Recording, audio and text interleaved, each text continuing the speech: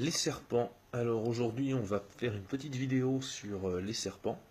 Donc on va parler des différents types de serpents. On va également parler de l'origine des serpents, d'où est-ce qu'ils viennent, quel est l'ancêtre des serpents le plus ancien découvert à ce jour, et puis on va parler des différentes caractéristiques de certaines espèces. Donc tout d'abord, il faut savoir que les serpents ont comme origine la famille des squamata. Donc il s'agit des reptiles à écailles soudées, c'est-à-dire des écailles qui sont soudées sur tout leur tour. Contrairement par exemple aux poissons qui ont des écailles semi-soudées. C'est pour ça d'ailleurs qu'on peut les écailler, parce que les écailles sont ouvertes d'un côté.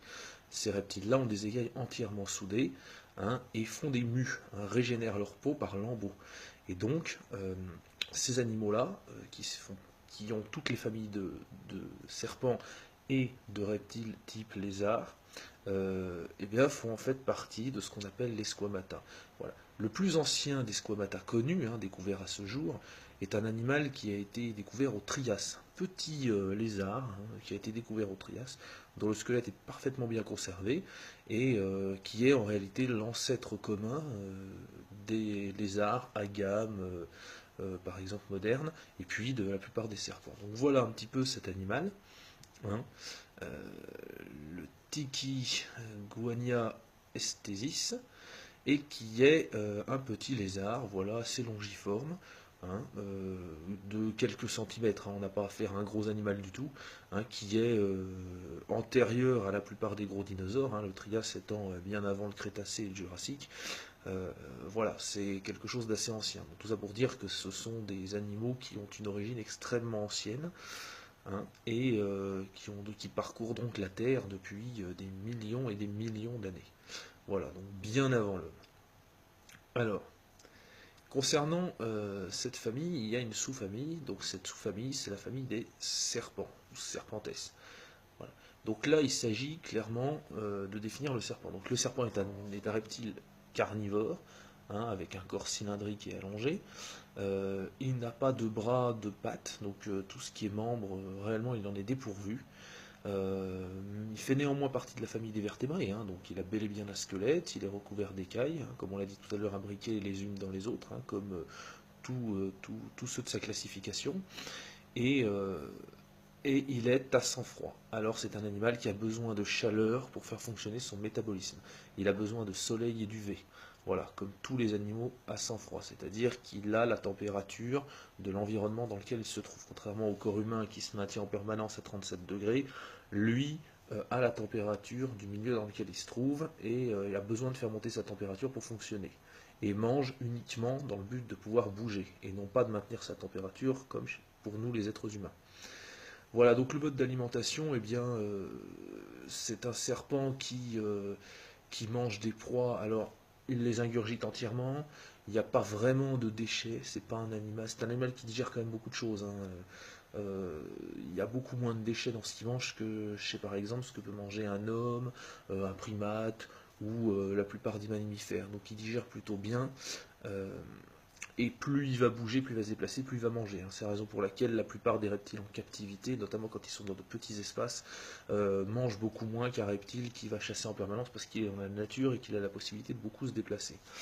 Donc pour l'anatomie, voilà un petit peu à quoi ça ressemble. Donc on voit bien qu'il est composé comme tous les mammifères, œsophage, trachée, estomac. Il a un cœur également. Alors le cœur en réalité et les poumons commencent plutôt dans la partie qui se situe proche de la tête. Et plus on est vers la queue, plus on va avoir les reins et la fin des intestins. On notera un système digestif relativement court, caractéristique de tous les carnivores. Donc on est bien face à un animal principalement fait pour manger de la viande. C'est pas un herbivore du tout. Il est exclusivement carnivore. Voilà. Mais sinon, on y retrouve les organes propres à la plupart des mammifères et des autres reptiles, bien sûr. Un nombre de poumons qui pouvant être variables selon les espèces de serpents. Ils n'ont pas forcément toujours la même quantité de poumons. Mais voilà, on a quelque chose d'assez classique, même s'il a une forme assez particulière. Alors, pour mettre fin à beaucoup de choses qui peuvent être dites sur les serpents qui ne sont pas vraiment vraies. Le serpent n'a pas la particularité de s'allonger en attaquant. Non, pas plus que vous et moi, hein. Il a une colonne vertébrale comme nous, donc il ne s'allonge pas en attaquant. Il peut bondir, mais pas, son corps n'est pas extensible. Il a bel et bien un squelette, hein, donc avec une colonne vertébrale, des vertèbres, des côtes, un crâne assez particulier parce qu'il n'a pas de menton. On va voir pourquoi juste après, mais il a une mâchoire en 3 parties, comme on peut le voir sur ces images. Et donc cette mâchoire, en réalité, lui permet d'ouvrir la bouche avec un angle quasiment de 180 degrés, ce qui lui permet d'engloutir, voilà, comme on le voit ici, hein, l'animal engloutit un œuf beaucoup plus gros que lui, ça lui permet d'engloutir des choses absolument énormes. Hein. Donc c'est un animal qui est particulier, puisqu'il peut manger des choses qui sont plus grandes que son corps. Il peut carrément décrocher sa mâchoire, n'ayant pas vraiment de menton, enfin d'os au niveau du menton. Il peut séparer sa mâchoire en largeur, il peut la décrocher également, il peut l'ouvrir à 180 degrés, et tout est extensible au niveau de sa gueule pour lui permettre d'avaler des choses énormes. Voilà. Et il a un système digestif, comme on l'a vu, très court, et extrêmement efficace, hein, comme beaucoup de carnivores, mais néanmoins ce reptile-là a la particularité de pouvoir digérer très vite des éléments qui seraient complètement indigestes pour, par exemple, des mammifères, ou même pour d'autres reptiles. Hein. Là, on le voit avaler un œuf, mais réellement, beaucoup de serpents sont capables d'avaler des œufs d'autres animaux, et donc ils vont les dissoudre complètement, et sont capables de faire ça. Un estomac très puissant. Donc il existe 2 catégories, hein, qu'on va voir ici, donc les serpents venimeux et les serpents constricteurs. À savoir que la différence est que le serpent venimeux, lui, va se servir des 2 crocs qu'on peut voir sur son crâne pour injecter une dose fatale de venin à sa victime afin de la tuer ou en tout cas de l'affaiblir suffisamment pour pouvoir la dévorer. Et le serpent constricteur, lui, n'a pas du tout une technique de chasse, il va étouffer sa proie avant de la manger. Voilà. Donc ce sont des animaux qui font partie de la même famille, hein, mais qui utilisent des techniques complètement différentes. Leurs armes physiques ont évolué de façon très radicalement opposée, même si ils ont toujours cette particularité donc d'être des serpents, c'est-à-dire sans membres apparents. Donc les serpents venimeux, donc eux ils ont une masse musculaire qui est plutôt faible, hein, ils sont pas très forts physiquement, surtout comparé à leur taille. Euh, Ils mordent leur proie en leur injectant donc une dose de venin, et certains serpents même sont capables, allez, certains vont être capables de jeter, de projeter du venin, hein, c'est ce qu'on appelle les cracheurs. Donc principalement des cobras sont capables de faire ça. Ils sont capables d'envoyer donc un jet de venin extrêmement puissant à 2 ou 3 mètres de distance. Alors il faut savoir que quand ils crachent ce venin, ils visent principalement les yeux, parce qu'ils le font pour écarter un adversaire ou un prédateur. Ils ne le font pas pour chasser.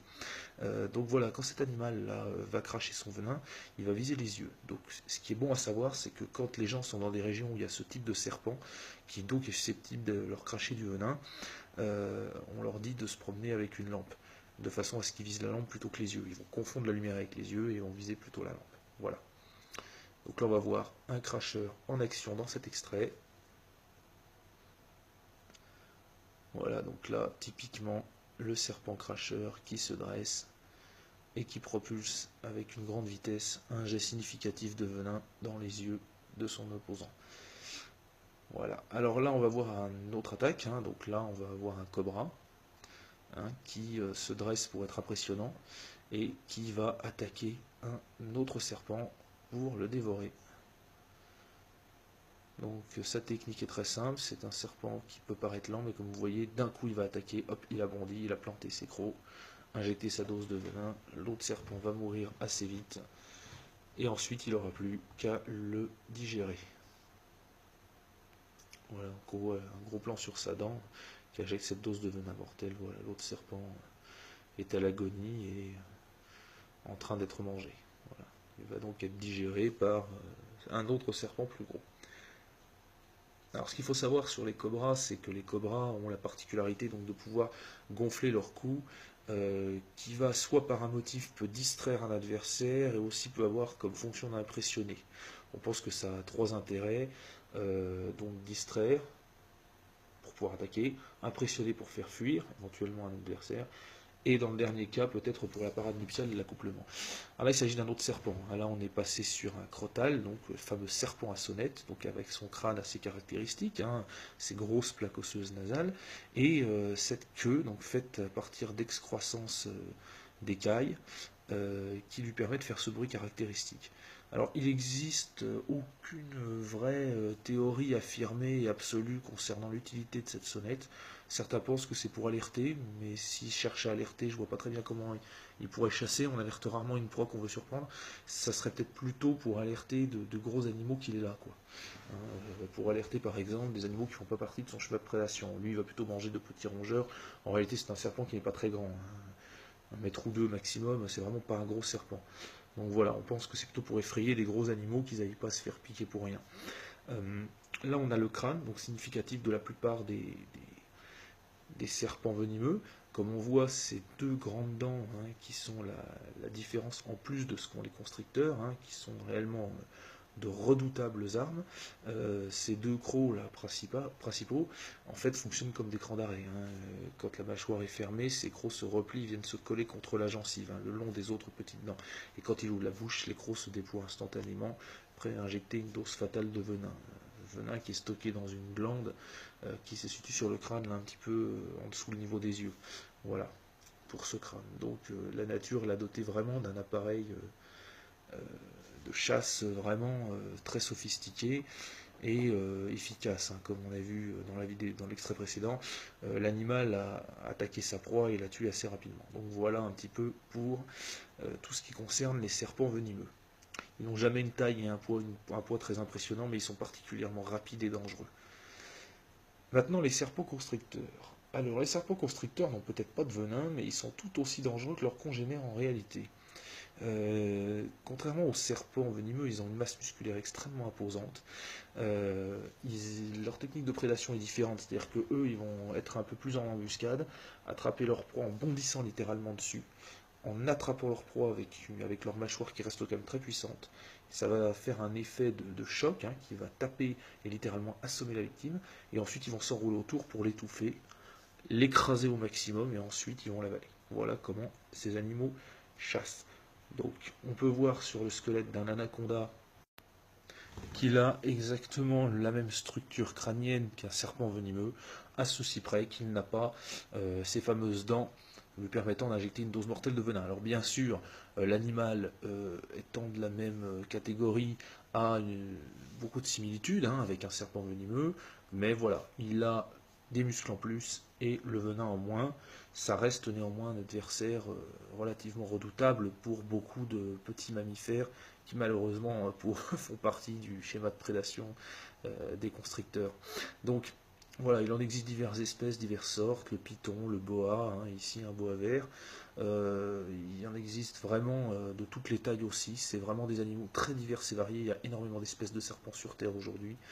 Dans tous les endroits du monde, on peut trouver des serpents, hein. Donc là, dans la région de France, on va surtout trouver de la couleuvre et de la vipère, mais dans d'autres régions, on trouve beaucoup plus d'espèces différentes, arboricoles ou pas, d'ailleurs.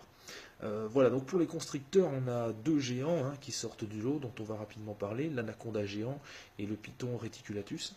Alors l'anaconda géant, lui, est un monstre vraiment énorme, pouvant mesurer jusqu'à 9 mètres, ce qui est colossal, avec une masse qui peut parfois atteindre 200 kg, hein. Donc on a vraiment affaire à quelque chose d'énorme. Et le python, lui, est un peu plus long, mais quand même beaucoup plus léger. Alors ça reste des animaux plus lourds, plus massifs et extrêmement forts par rapport à l'homme, hein, par exemple. Voilà, donc des animaux capables de manger éventuellement des singes, des petits singes, je veux dire, même des caïmans, hein, ça fait aussi partie de son schéma de prédation, de petits caïmans. Alors, pour l'instant, il n'a jamais été prouvé qu'un anaconda peut réellement dévorer un homme, mais voilà, il peut manger des animaux qui sont quand même conséquents. Le grand anaconda est le serpent le plus massif et le plus puissant du monde.